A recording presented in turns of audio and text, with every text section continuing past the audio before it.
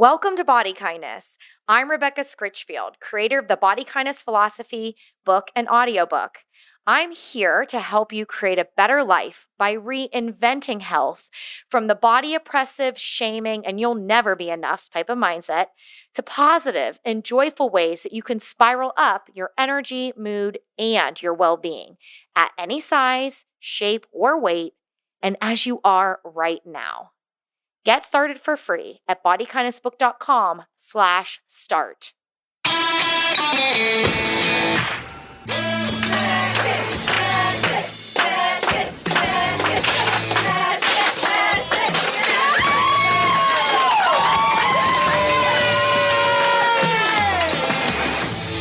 That's the sound of me smashing a stack of scales in front of some friends.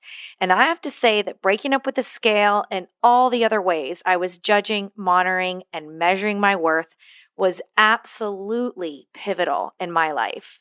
Creating the body kindness philosophy and letting myself be a human being again helped me become a better mom, a better clinician, and a happier and healthier person. I believe we all have a right to decide how we want to care for ourselves, and I think we all need support in figuring out what that looks like. You don't have to do this alone. There's a whole community of like-minded people who are fed up with diets, who are embracing intuitive eating, and who are completely redefining their lives from body shame to body kindness. You are not broken. Our culture is. Find your inner caregiver and create a better life with body kindness.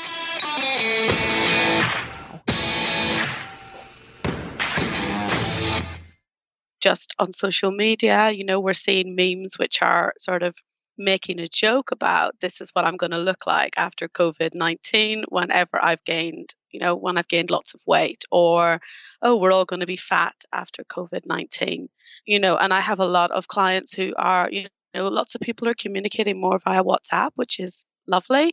But I think that people are sharing memes and videos on those, and that can be in groups with friends. And then the third piece of that is also, if people are self-isolating or social distancing, sometimes that can be with some family members that are maybe less supportive and they're experiencing fat phobia from that end. That was Nicola Haggett. She's a body liberation mentor and intuitive eating coach. And she is also a mentee of mine for Body Kindness in my Learn and Grow program. And it has been such an honor and joy and pleasure to get to know her and work with her over for the better part of the last year. And we were recently having a supervision session and just sharing in our personal lives what was going on with COVID-19 and in our work. And literally, on the call, we're like, we need to talk about this. Like, we found something authentic that we could get behind and share and talk about and try to be as helpful as we can in this space where there's so much pain and suffering happening on a variety of levels. If you don't already know about Nicola, you're going to want to check out her Instagram account, her website, nicolahaggett.com, which is also available in the show notes. I love her website. I think it's beautiful. I think that she has a really clear way of communicating who she is and what she does. Check it out. She is offering some discovery calls, and I think now is as good a time as any to have a conversation and see how she might be able to help you learn and grow, get through COVID-19, and also really develop a strong sense of body image resilience, especially for people who identify as higher weight and living in a larger body. And as you'll hear in our conversation, she talks about the value of the lived experience and helping people heal. And I can tell you as a clinician that I highly value the lived experience as well. And so I look forward to continuing to collaborate and partner with Nicola. But for her background, in case you don't already know her, she focuses on helping you heal your relationship with food, unlearn body shame, and live your fullest life right now and in the body you're in. Nicola describes herself as fat, a word that she has happily reclaimed through her own work, and she does her best work with folks who are also in higher weight bodies. She believes that it's possible to nourish, care for, and build trust with your body despite living in a culture that tells you that you need to shrink to fit in. And in this conversation, you're going to hear us talk about specific resilience practices that you can use. During COVID-19, we are in a collective trauma and we have exposure to weight stigma and fat phobia and diet culture. It's escalated. Our anxiety has all escalated, and it is really harmful to many people. So we have conversations about the intent versus impact, how you can set healthy boundaries, and why you should, even if you don't feel like you want to. And we also talk about what's happening as far as fears, about how the medical community might be treating us, how our needs might not get met. And really, the focus is especially helpful for higher weight people who are known to be susceptible to weight stigma. But I do believe that any body kindness listener is going to find a lot of helpful tools and resources, and really just helpful in conversation to know that you're not alone as we go through this. But before we get in the conversation, I want you to hear this message from another body kindness mentee of mine who's offering free home-based movement practices.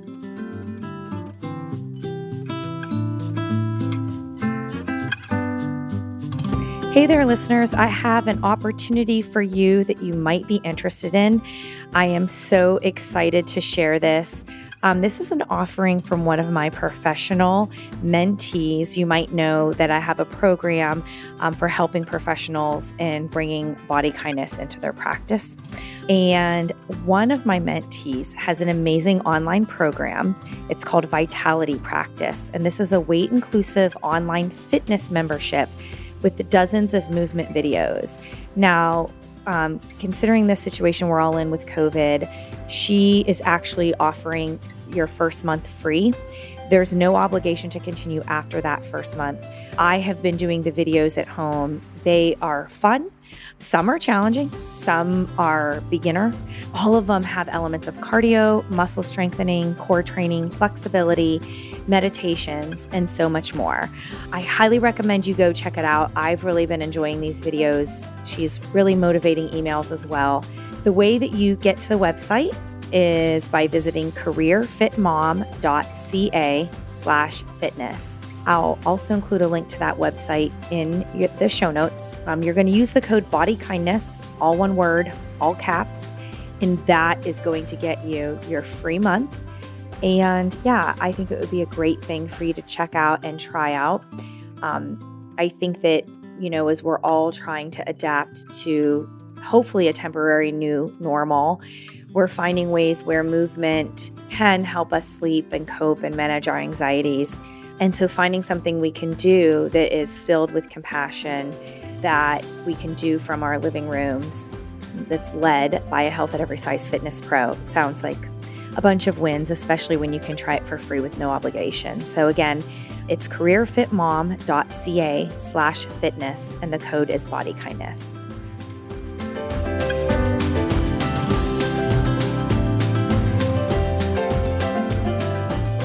Hey, Nicola, welcome to Body Kindness. Hey, Rebecca. Thanks for having me. I'm so grateful for your time today. I know we're going to have a really important conversation just about some real, difficulties I think everyone in the world is having with respect to COVID-19 as a global pandemic. And it's hurting people in many, many different ways. And I know we were just talking about trying to find authentic ways we could be helpful to folks. And I wanted to talk to you specifically because you have a really interesting way of helping people create a better life. And it's not because you're a dietitian or an exercise expert, but you do coach people and you really help them get through a world that doesn't really love or respect them for who they are, because you really work with people who are higher weight. And I would love for you to start by sharing more about who you are and what you do, and how you help people enhance their well-being without necessarily identifying as like the clinical expert, like someone like me. Yeah. I call myself a body liberation mentor and an intuitive eating coach. And I guess where I like to support folks, as you said, I mostly work with people in higher weight bodies, and I help them to heal the relationship with food and really focus on unlearning body shame and, trying to help them live their fullest life right now in the body they're in.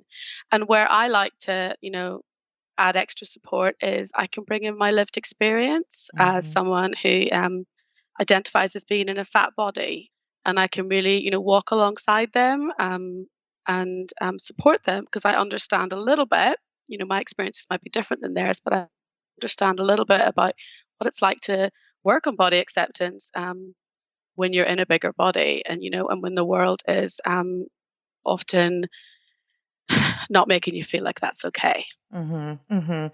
It's so important for everyone, especially people with thin privilege, to understand why the lived experience matters and is valuable. And it doesn't mean thin people can't help people who weigh more than them. It's just in many ways, if you're like, say you're a dietitian like me and you're helping people, you have to realize that you have a limit for what you're able to do that's not textbook, that's not truly your lived experience. And actually by opening up a care team to coaching, right, with someone with expertise and lived experience can really help your client way better than you ever can. And I just wondered if you could share a little bit more about how you've seen the lived experience make a big difference in your work with clients. Yeah, sure. I guess there's two parts. So I definitely value expertise and skills of all the awesome practitioners who are working in the space, dietitians, therapists. I've had lots of support from them myself. And I have trained in intuitive eating and I've trained as a body trust provider. But where lived experience comes in, I think, is that, whereas someone in a smaller body can certainly empathize, and maybe give some tools, there's a massive disconnect sometimes between really knowing what that feels like and really being able to hold space for some of the ambivalence that can come up around our body when you're swimming in this soup constantly. I think, anyone with a marginalized identity, especially those who are, at the intersection of both being fat and another marginalized identity, I think sometimes with all the best will in the world, we have no way of knowing the particular challenges that they're having. So being able to share, this is maybe something that helped me, um, can be like really pivotal. I know in my own, when I was working through intuitive eating many years ago, I got lots of great support, but where I sometimes got stuck was around unpacking my own internalized weight stigma because I wasn't able to see myself reflected back in the people that were helping me. So that's where I like to come in with my clients. It's so valuable. And one of the big lessons that I've learned over the years is, you know, in better understanding and acknowledging that privilege is just continuing to name and bring into sessions and to acknowledge that, I might have difficulty with something about my body or behavior or strong inner critic or a judgment and these things that I write about healing from in body kindness, that all those things might be true. And still I get an easier passage through society based on my size. And that, so when, even like me and, oh, here's the credentials and here's this book and da, da, da. And if it sounds like just love yourself, like rah, rah cheering, it's like, okay, Rebecca, but that's easier for you because of your privileges. And I think that is where, when we're really talking about healing and inside out healing, you know, to understand that no, we can't snap our fingers and change culture just like that. It's really about resilience to these oppressions and how can we be helpful, to help really a person really heal, that, really value and prioritize lived experiences, do a lot more listening first, then, with empathy, even just asking questions like, what can I do to help? And I know very specifically that, because when we were having our conversation and doing our supervision work together, you were talking about that so many of your clients were struggling with heightened anxiety and fears related to the COVID-19 pandemic that we're dealing with. And so I wondered if you could just take me off somewhere, whether it was your personal path or when you first started hearing from clients that there was basically things were changing and it was showing up, in their minds and in their bodies. And it was like, oh my gosh, what are we going to do now? Yeah, sure. I think that, well, two main things have been showing up specifically. I think, first of all, there's been a really big increase in fat phobia, whether that's through just on social media. We're seeing memes which are sort of making a joke about this is what I'm going to look like after COVID-19 whenever when I've gained lots of weight, or, oh, we're all going to be fat after COVID-19. And I have a lot of clients who are, lots of people are communicating more via WhatsApp, which is lovely. But I think that people are sharing memes and videos on those, and that can be in groups with friends. And then the third piece of that is also, if people are self isolating or social distancing, sometimes that can be with some family members that are maybe less supportive and they're experiencing fat phobia from that end.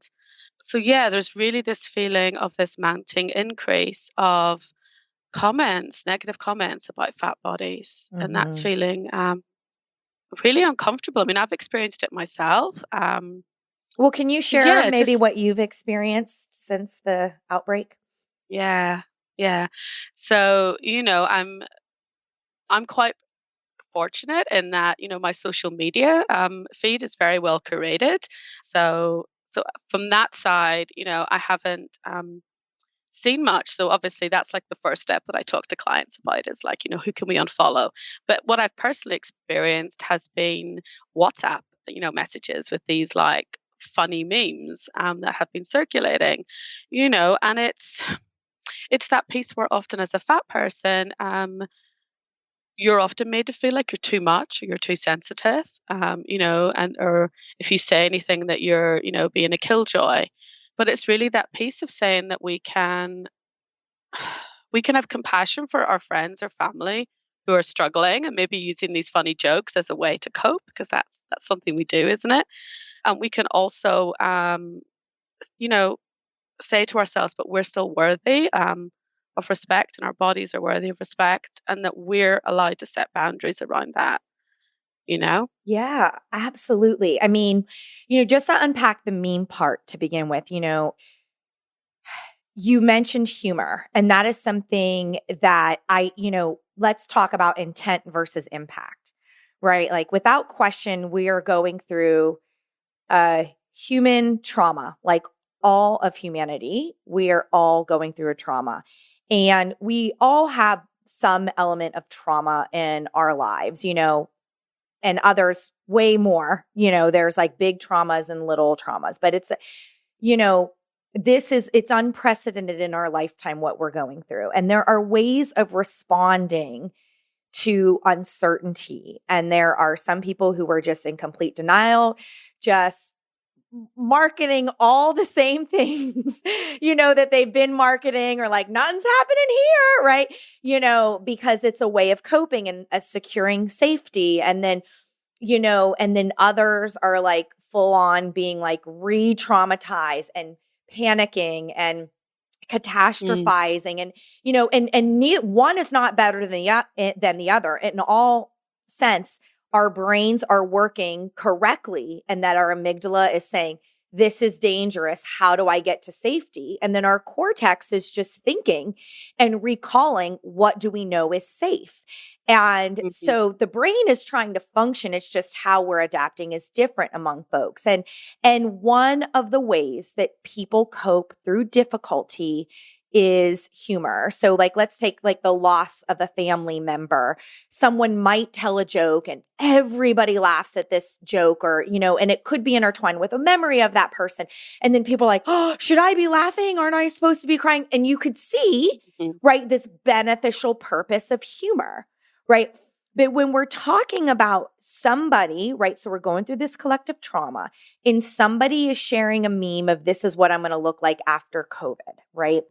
And their intent, right, is coping, is using humor to cope, right? That behavior might be a way that person is trying to get through their personal difficulty, right?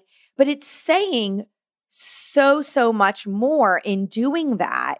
It's harming people, and it's saying a lot more just by sharing that and calling that okay. So I was wondering if you could maybe elaborate on when somebody does that, and Hmm. even if their intent is humor and coping and laughter and we all need to lighten up, blah, blah, blah, or we're not going to get, like you can see that Hmm. and even we can acknowledge that. There's still harm being done. So how can I just want to hear from you on that part of it. Yeah, for sure. And I think it's particularly heightened because there's so much of it. It's like Mhm. this. It might seem like a small microaggression, as a one-off, but it's like this collective experience that we're feeling.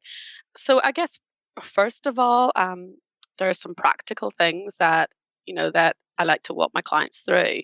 So I think first of all, acknowledging that everyone's capacity to set boundaries is going to be different at different times, and also depending on our relationship with the people involved. If it's like a collective WhatsApp group for some you know very wide group of friends, then the way that we deal with that might be very different than if it's just a one-to-one with someone close to us. So some different ways that I brainstormed with clients that they can respond to this is really by checking in with, okay, right now, what might be helpful right now. And sometimes it's walking away and taking a moment and not doing anything. Sometimes it might be muting a friend if that feels like the safest thing to do. I think acknowledging that sometimes, one client said to me specifically that, particularly at the moment, I don't want to isolate myself any further. So, how I might respond to this at the moment feels like a little bit different than how I might respond in normal, in inverted commas, circumstances. But maybe it's taking a moment, taking a step away. If it's someone close to them that they feel that the friendship's quite strong, it can be returning and saying, I know that your intention, wasn't to hurt me, because they're close to this person and they understand that they're just trying to cope, but the meme that you sent was a little bit, hurt my feelings, and this is why. And I think it's trying to set a boundary and detaching ourselves as much as possible from how that other person takes that, if that makes sense, because that's always the hardest piece. Is someone can respond defensively, and it's trying to kind of be responsible for what we can control and be okay with what we can't, because we deserve to set boundaries around ourselves. Yeah, that's so good. I think there's so many important pieces in there. That idea of I deserve to advocate for myself. That is someone who is practicing a sense of self-worth. Very, very important. The better you get at practicing self-worth, the better you are at practicing your own sense of self-compassion. So less judging about the rights and wrongs and how you're quarantining, right? Mm. And more, hey, it's okay to be here right now. What's the next thing I need, right? And like you said, it might be to mute, block, quiet them. And even, we're always so afraid of hurting other people's feelings, right? Literally, go ahead and hurt some feelings to protect Oh yourself yeah, right now. you know, for some people, like that was something I said to one of my clients is, does this person matter to you? We're so used to not wanting to hurt feelings, but sometimes it's okay to just say, that wasn't all right. And I think another thing actually that can be helpful, if we don't feel that we can say specifically at that point, something that some people have been doing is just kind of setting a general boundary around, you know, um, all of these memes in general about COVID-19, or all the discussion is, really overwhelming for me. I'd much rather we just chat about everyday stuff or fun stuff. And sometimes that can feel like a safe in between place, because we got to acknowledge that, our capacity for boundaries might not be the same now as it might be at other points when we have other ways to connect with people. Yep. I love that. It reminds me of the phrase I'll mention to clients: connect and redirect. So it's like, hey, I know you to be a kind of person who really cares about our health and our friendship. And, for right now, I would really like to focus on positive ways that we could lift each other up. And, I'm really trying to limit kind of conversations about weight and bodies. And it's just, like it's hard enough to get through the day. And thanks for understanding. So, like, there are lots of different ways to say, no, not today, and giving yourself the courage to do that. you're not responsible for how they react.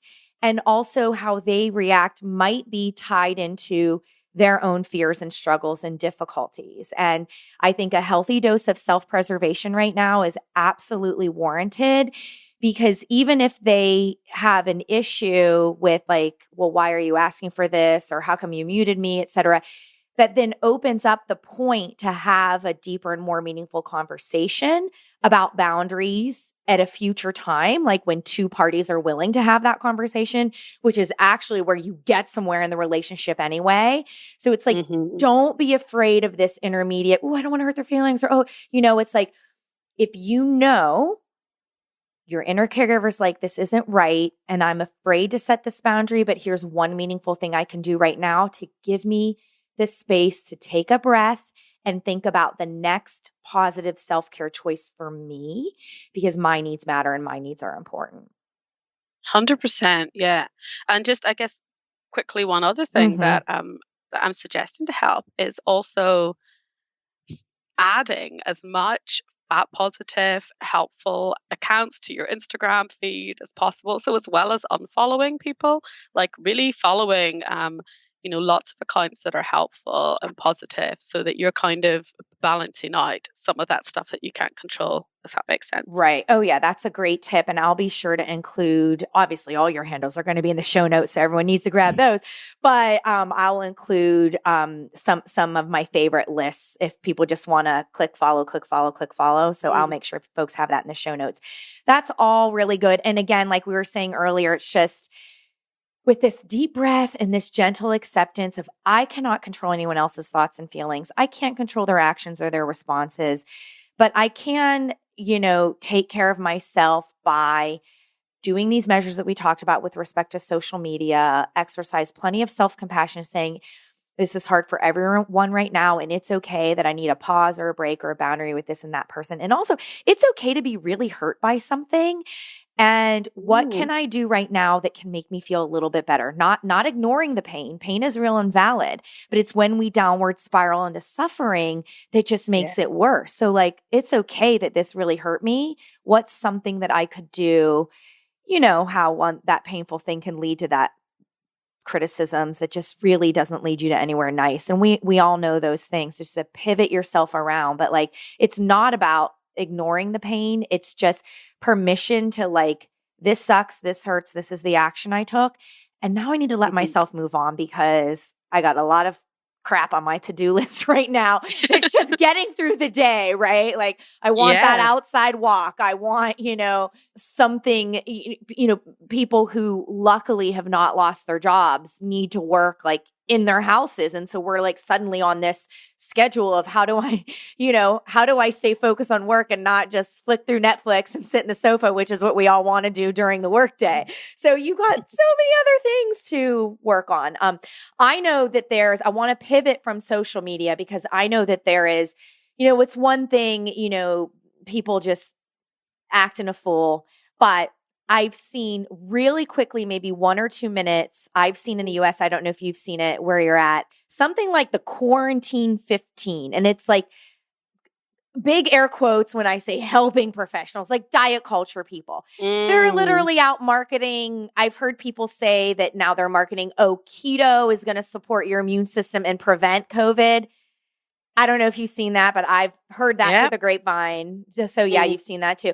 And then some about the quarantine 15, which is like, again, what you were talking about with social and the memes about people kind of, but this is different. This is like helping professionals or people sharing articles trying to say that this is a real thing, or that there's a special diet that's going to help you through that. So I'm just curious, what have you heard about it, and what do you have to say about it? Yeah. I mean, we haven't seen so much of the quarantine 15, but we've definitely seen a lot of professionals basically showing their weight bias by trying to sell, really intense fitness plans, trying to kind of feed into people's fears by telling them that they eat a certain way, that, they're going to be protected in some way, and it's really harmful and it's really manipulative. And it feeds into this fear that a lot of my clients have already about being in a bigger body and experiencing that bias. For example, if they were to seek medical treatment. So it's super harmful. So something that, I've been discussing with clients is, again, unsubscribe, avoid any of that stuff, but also to focus on what they can control. We talked about this in our discussion. So, validating that fear and saying, yep, weight bias is real, it's horrible, it's harmful, and what can you control, and how can you make sure you're looking after yourself? So I think, we talked about, we don't have a lot of time now, but some helpful techniques around, grounding yourself in your body when you notice these anxious thoughts coming up, really sort of trying to put a little bit of distance between you. I'm having some panic, about my weight, all these messages that I should be doing something that, that I'm at greater risk. So when you notice those coming up, just kind of trying to ground yourself back in your body so you can get into a place where you can focus on what actions you can be doing day to day to really control the current reality. I think, Yeah. you and I talked about just it might be practically identifying resources that would help them, so, really having, even on a piece of paper, I'm aware of what the symptoms are of COVID-19. If I were to develop them, these are the steps that I'm being recommended to take from qualified professionals, not from, trusted sources like over here in the UK, the NHS, the World Health Organization. What are those steps? Who would I speak to? Where would I get support? And then once it's kind of written down, we have that. And then when we notice we're having these thoughts again, we can say, well, hang on a moment, where am I right now? I'm feeling okay. So, I don't need to do anything further with that. I'm going to keep practicing my social distancing. I'm going to keep washing my hands. I'm going to look at my self-care plan. And, like we discussed before, like positive distraction in that situation, what's something I can do right now, walk outside or listen to my favorite song, all of these are really valid ways of coping. Right. And so a lot of whether, to thread this together, we know that weight stigma exists in the medical profession. It's very prevalent. It's increasing with time. And we have seen articles come out that have mentioned a connection between higher weight and higher risk for COVID-19. There is no evidence of that. It's not true. There is evidence of having something like diabetes or asthma or certain heart conditions or being immunocompromised. And we know that all of those diseases and conditions happen to people at all types of sizes. So to pull weight in there like that, that's straight up weight stigma. And even if one of your clients didn't see an article first, the fear is there anyway, based on what I was describing earlier. The amygdala is like, be afraid, and the cortex is like, yeah, well, what if you do? It starts to create this story. What if you do need attention? Your needs aren't going to get met. So when you were describing it as noticing, it's not like a gentle, oh, what would I do?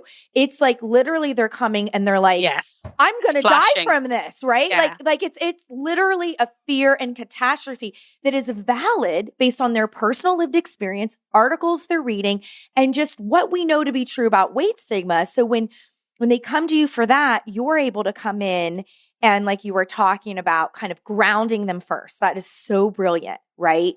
Hand on heart, breath. Where am I right now?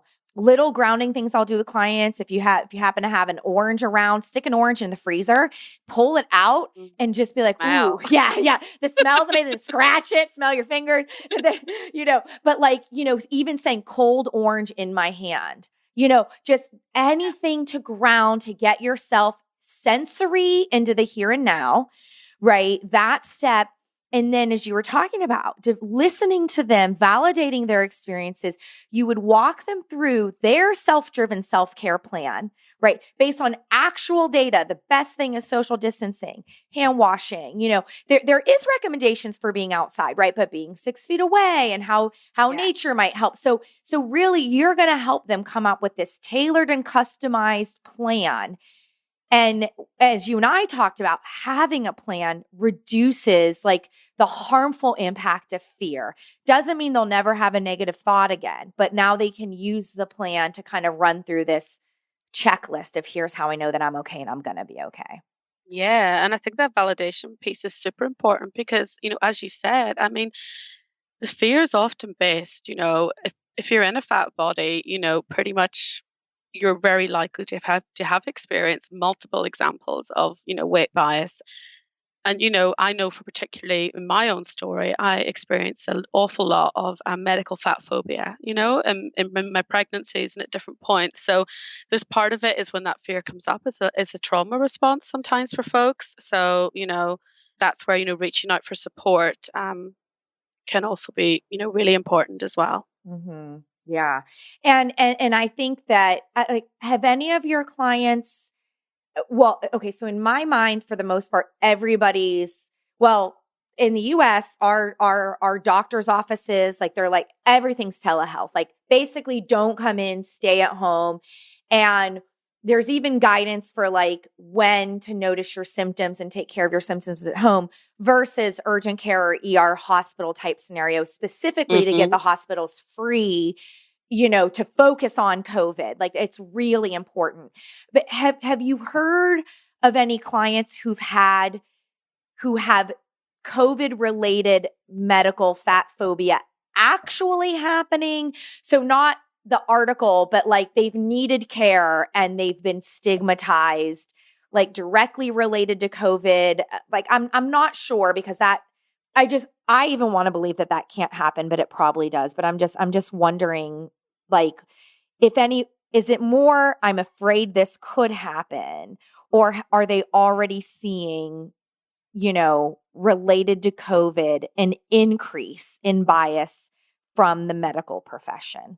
Like, or is the NHS doing anything where they're denying treatments or anything like that?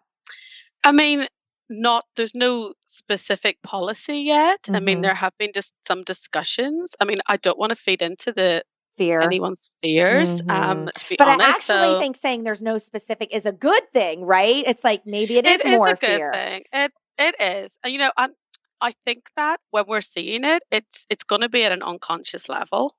A lot of the time, and that's certainly been my experience and most of my clients' experiences, and there's a ton of research to back that up, so it's not always like an intentional act of discrimination.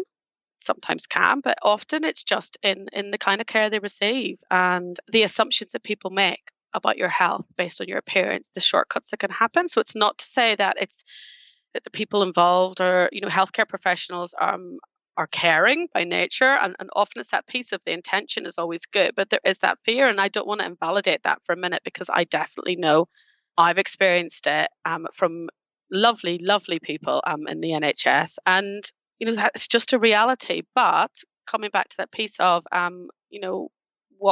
what can we do to control our own situation, and reminding ourselves that just because BMI might be on a list, that doesn't necessarily mean that we are at increased risk. Mm-hmm. Yeah. And I just think you've given us so many brilliant ideas today with respect to the grounding, rational thinking, and planning, having an advocate that can really help with the medical piece, because we're in this first wave of it right now. There is so much uncertainty, and to know that, it is okay to be here. Your feelings are real and valid.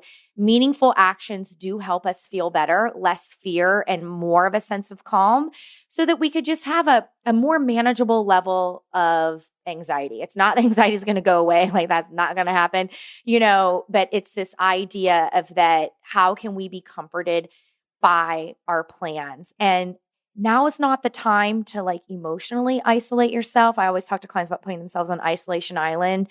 If Mm. you need help, it is okay to ask for help. And Yes. you're taking clients, like you're open for business virtually right now. Like you can help people if they're listening and they're like, I think I need to talk to her. This is something that you can do now and for the foreseeable future. Yeah, 100%. I know you're going to include my website on the show notes, but Mm-hmm. it's nicolahaggett.com.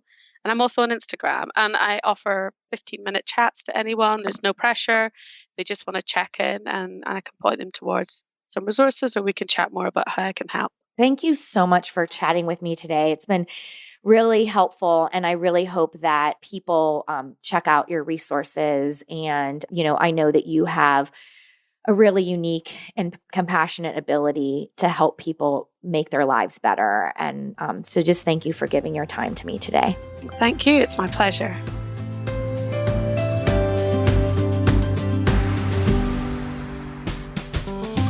And that's our show.